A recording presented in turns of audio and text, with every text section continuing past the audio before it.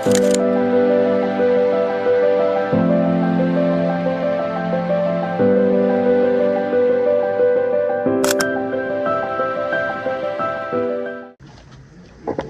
I say Larbanga is because there wasn't any Larbanga. Here, Larbanga was original name as Zuriri, meaning a hilltop. This stone you see here was not lying down. It wasn't hanging. Only the base was very small. The stone was on top of a tiny clay, that slippery mud. So the contractor thought it was this and a near stone. So they have to eliminate it. So they did push the stone far from here.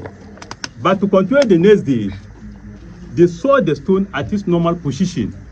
They were surprised, even became afraid because they took time and observed it from down to top. But they got to realize that nothing even shows that they've touched it. So they became scared and ran to the community. There they met the elders.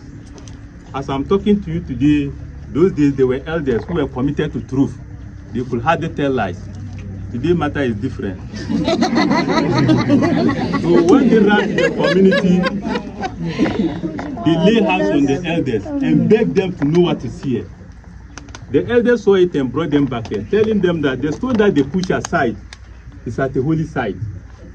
Because the first mosque in Ghana is in Larbanga here. And no community can deny Larbanga for that. Even counted among the oldest in West Africa countries. And you know, the mosque is there because of Islam as a religion. And Islam started all the way in Saudi Arabia, Mecca, Medina. That time it was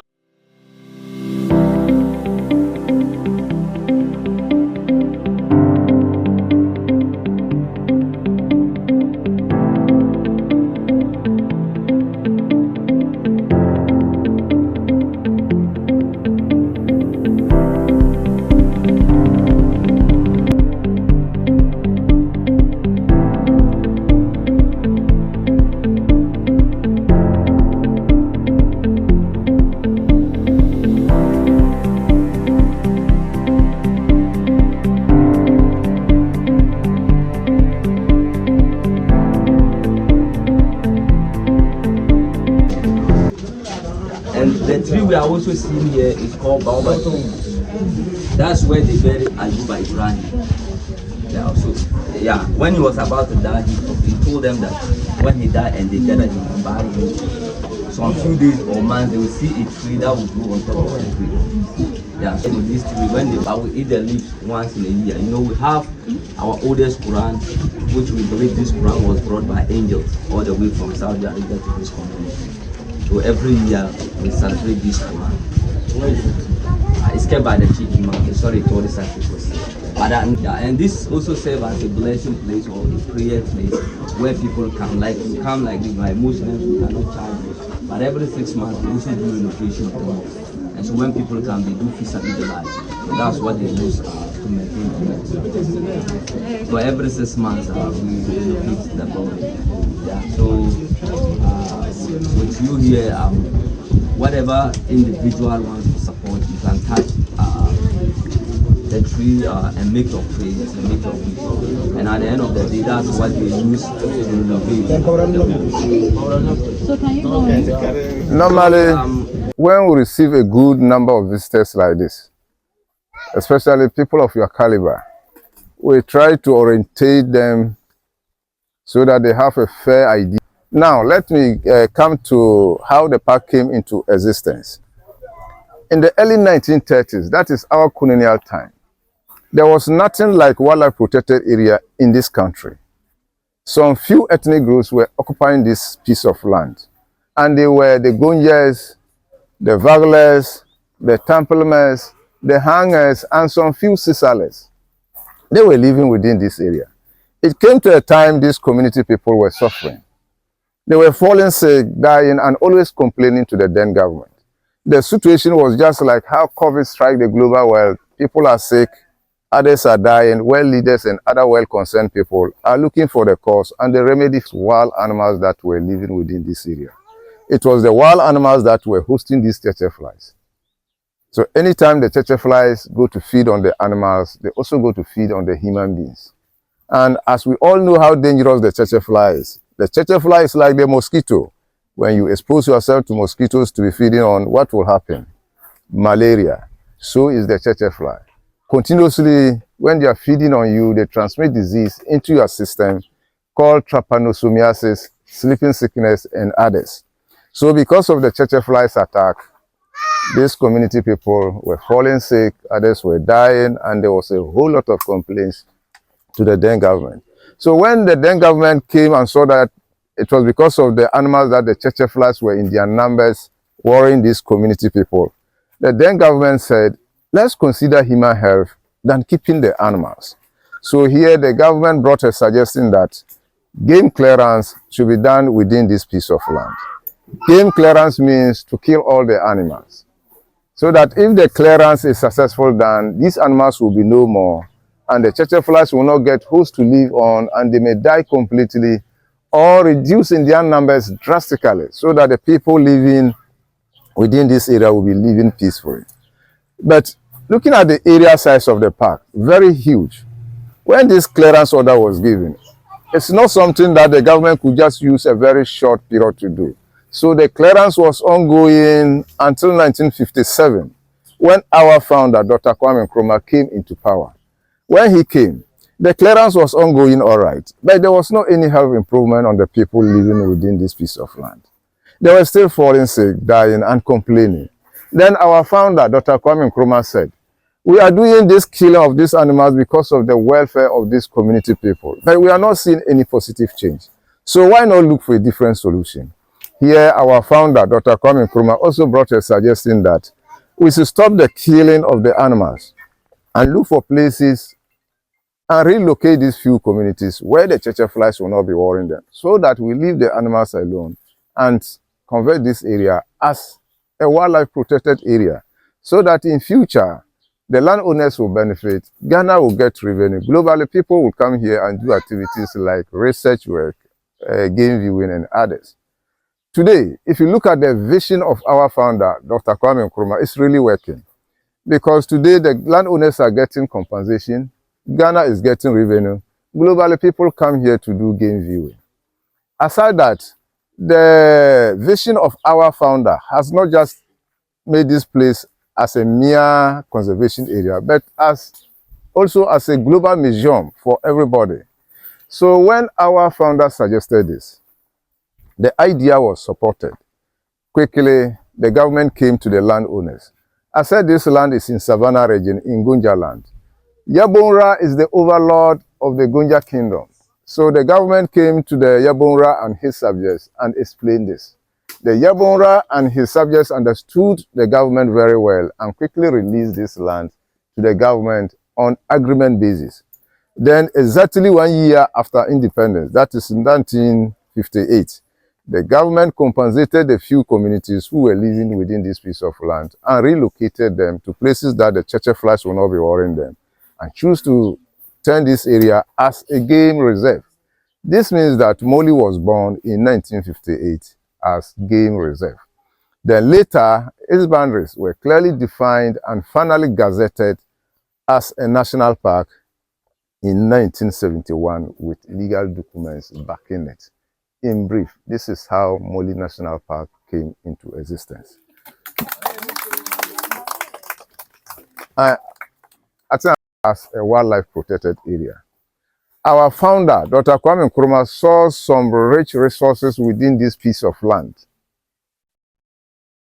So that if these resources are well managed, as I mentioned to you earlier, the landowners will benefit, Ghana will get revenue, globally people will come here and do activities. Now, what are the resources that our founders saw within this piece of land to be very important or rich?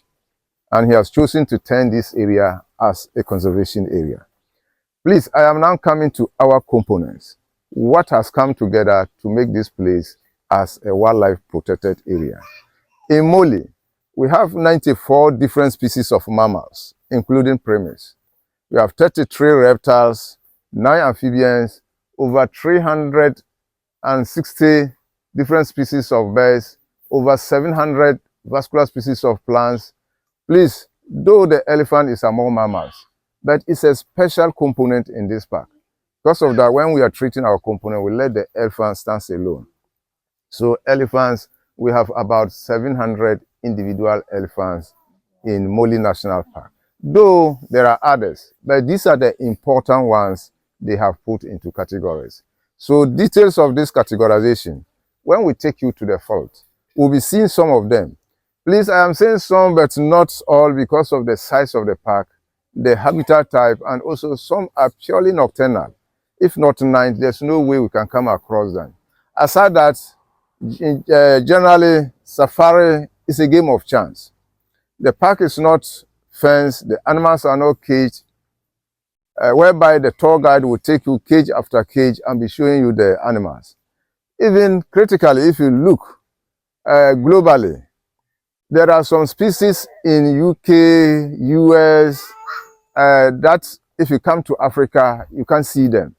Within Africa itself is the same thing. If you go to Tanzania, Kenya, South Africa, and other countries, they have wildlife species that you can't get them in West Africa.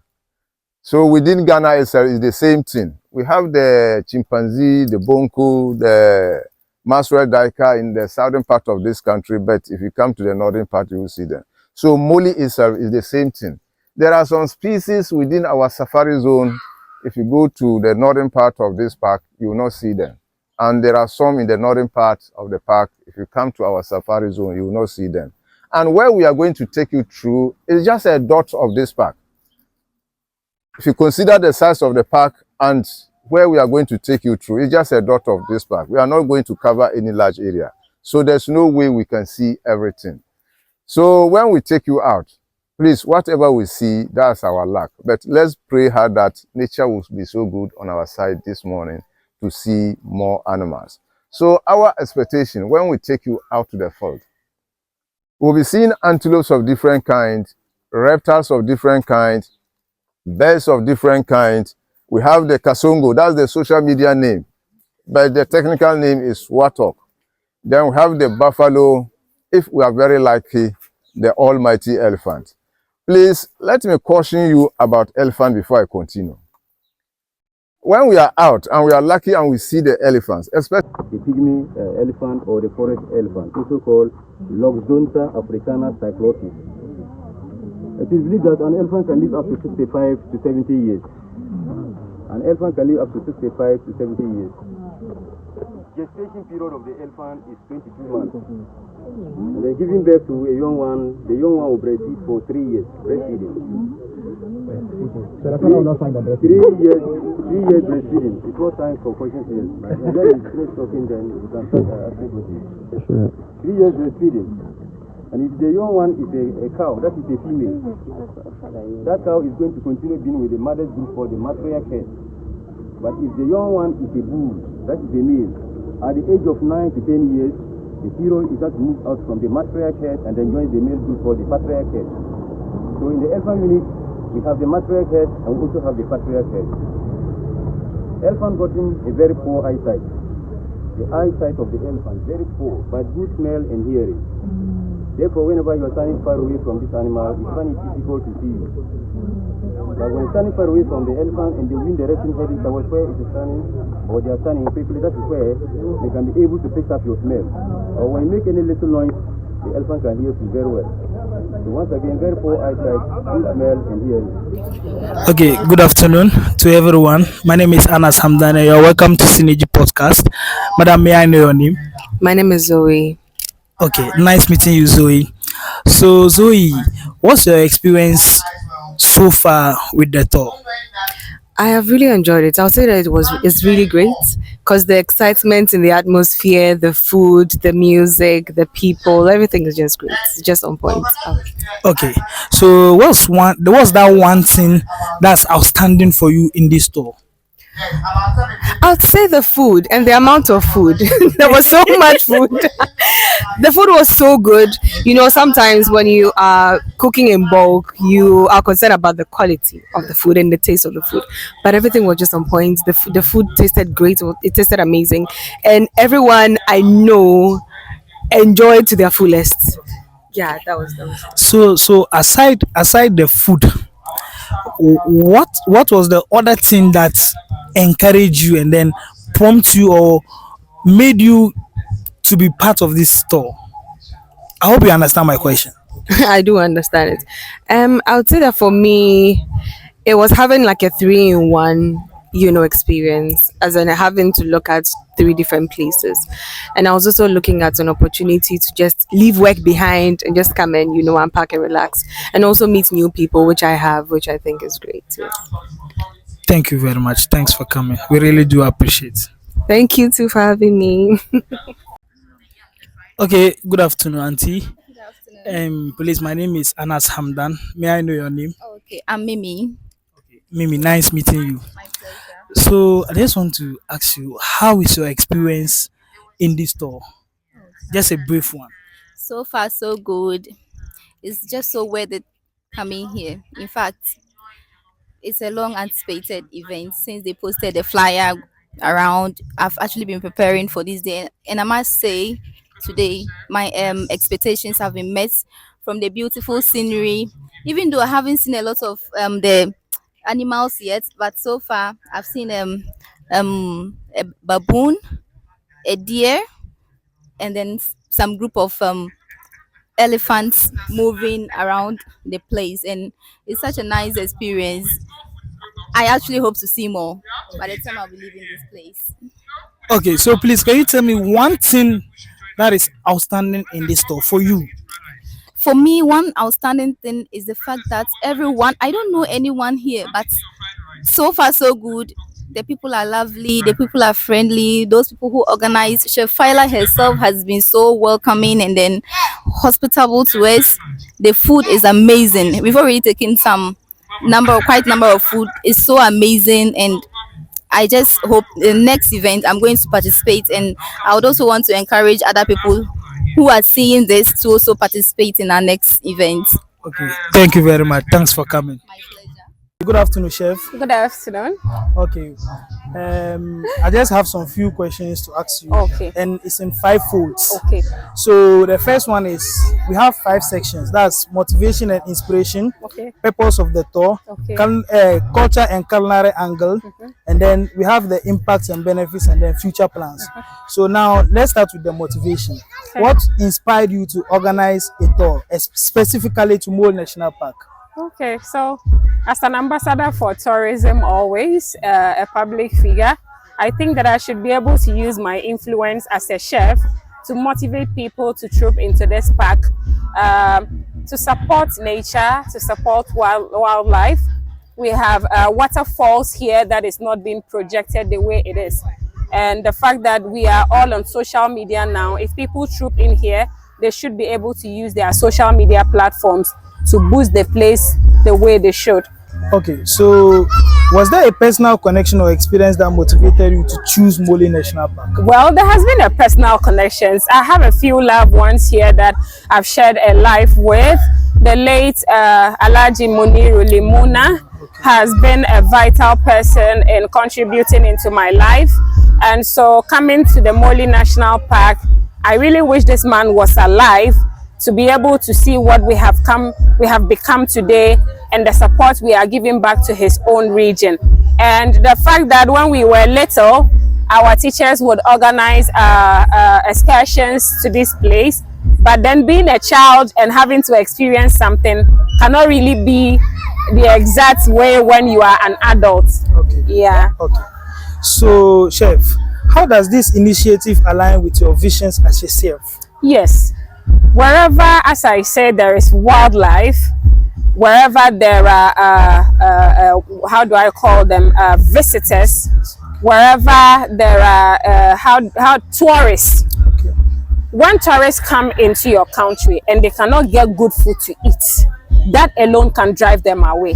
And that is why at our tourist destinations, we are trying as much as possible to use the ingredients, Ghanaian ingredients from our own environment, to create standard recipes that would entice tourists who come into this resort to want to come back. Food binds people, food drives people together. Food will make a sad person happy at once. And so at our tourist destinations, it's really a priority to us to allow tourists to get good food to eat. And so all the days of our lives where there are tourist destinations, we should prioritize chefs there for good food to be there as well. Okay, so now let's come to the purpose of the tour. What was the main goal for the tour? The main goal of this tour is to boost our tourist sites in Ghana as a whole. And so it might not be just the Moli National Park I would go to boost the place. I'm a Ghanaian. Any place that needs my expertise to boost our tourism destinations, I should be willing to put my craft and intelligence together and do something that will be able to sell the tourist destinations to the entire world, Africa, and Ghanaians as a whole. Okay. So now let's come to the culture and culinary angle. Did food play a role in this tour? If yes, how did you incorporate local cuisine into the experience? If I want to ask the interviewer what he has asked me, if I want to ask him a question back, it's gonna be something else, because the smiles you have seen here today, ever since Moli was in existence, we've never seen that kind of smiles before. We've come here in the past with participants, we've come here in the past with tourists, we've come here as students. But today was simply exceptional because we did not pack food. Pack food in moderacy to let it look like I said we are suffering or we are trying to manage things. We allowed participants to eat to their satisfaction. We gave them a buffet. We gave them standard food. We gave them an experience relating food to culture. And you would bear with me that the participants here today are from different cultures, different tribes, and different religions. And so food combined every impossible thing that you might be looking at in life. Okay. Yes. Okay. So now let's come to the impacts and benefits. How do you think the tour will benefit the participants? Yes. This tour is going to remain in their hearts for as long as they are going to live, because this experience, I believe, was exceptional. Okay. Yes. Okay. So now let's come to the future plans. Do you plan to organize similar tours in other parts of the country? Okay. So as I mentioned, I am an ambassador and a public figure, and so wherever I am called upon, I would show up and help my country be elevated to where it's supposed to be. So the last question is, what's your long-term vision for initiatives like this? Oh my God. My God. There is a lot I cannot say. You know me. There is a lot within myself and my team that if they give the whole of Ghana to us, they'll have to sack us finally. So just watch our spaces for a whole lot of enticing projects. Okay. Yeah. Thank you very much. Thank you so much. Thank you.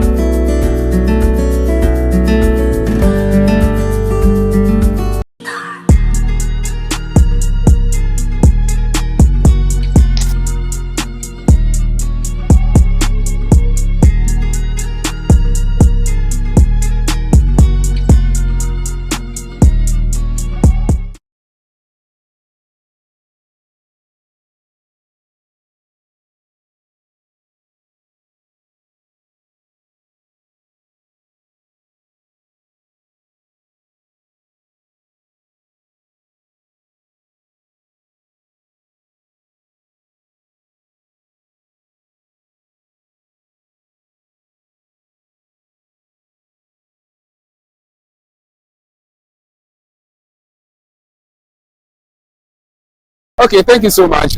We're just from the Moli National Park, one of the biggest game reserves in Ghana, bringing us all the exciting adventure on Executive Chef Faila's tour. It was an eye-opener, an adventure that we all enjoyed ourselves. And I believe that the highlight of the trip is the food that we had to serve ourselves. Nobody held the ladder. People were fetching extra, and some had to support their bowls with extra hands because the bowls were heavy for them to carry. It's an eye-opener. We believe that this will not be the first and last of it. This is just an opener of it, and if possible, next year we'll be visiting another place to expose the rich cultural heritage and tourism potentials of northern Ghana to the rest of the world. We want to thank the team. We want to thank our participants who believed in us and have followed us on this tour. I believe that some have seen the elephant for the first time, although I have seen the elephant many times, but today I saw it in a very clearer picture, very close proximity, and I think that is something we will look forward to seeing more. I also saw the Kasango. In fact, they were moving, shaking their buttocks. They were fat ones. There was also the skinny ones. So if you want to see more of this, I think there's more the Moli National Park can offer. They're all in the same. It's more exciting when you come and you have the opportunity to eat food of your choice, from banku to jollof rice to mashed yam. I can't even count, but it's all good. And to the food lovers, always look out for something new from Executive Chef Faila. Thank you to our sponsors and our partners. And it's always great pleasure to be here chaperoning my team. Clap for me now. The experience was magnificent. It's an experience that I would want everyone else to come and experience at Moli National Park. Savannah Escape by Chef Faila, Executive Chef Faila, has been amazing from the trip get-go, from our point of movement to Moli National Park. It's been great, it's been smooth, it's been safe. As you can see, we have security officers even in our midst, and so for safety, you're safe. You get here, you get to engage with other people as well, you socialize. There's abundance of food, my goodness. from fried rice to jollof rice to mashed yam to plain rice to soup, a lot of it, which you can choose which one you want to have. And so Savannah Escape with Executive Chef Faila has been amazing this year, and I'm happy to be part of the maiden edition, and of course subsequent years I would hope to be part of it as well, wherever it is going to take place. And so I encourage everyone to watch out for the next location and be a part of it. Hey guys, we are just done with our adventure and we are heading home. We had so much fun, especially for me. My relationship status was about to change, but I was not lucky. We saw some of the animals, the oldest elephants. We saw old man and some other elephants around. We had delicious, a variety of food. In fact, we ate and we are full. We can't even breathe. And then yeah, we are taking some home. Delicious meals from Chef Faila, and I'm encouraging everyone to join us next year same time when we are going for this adventure. Bye. Animal rice. We are done with our adventure. We are on our way going back to Tamale. So I'm just hoping that next year we should go with at least 4 buses. Yeah, because we had a very good experience. Chef Faila all the way. She did a whole lot. We served ourselves. I actually ate a whole lot and I enjoyed it. So all thanks to Chef Faila and the organizers. We thank you so much. So I'm still Angry and confused. I'm still angry and confused. So maybe I need a new boyfriend. So next year, the new boyfriend. I saw people holding hands, but I was just lonely. Thank you. We have finished with our adventure. Adventure, right? Yeah. And we are moving back to Tamale. Okay, so all I want to say is that all my expectations were met. We had very different types of delicious meals, and then we networked very well, and everybody in the team, they are very good and they are good to go. And I want to just greet my friends, everybody in the bars, and then Chef Faila and the team. Thank you. I will mix. I will pick this one and join this one. So I don't want to. You understand you are the end? No.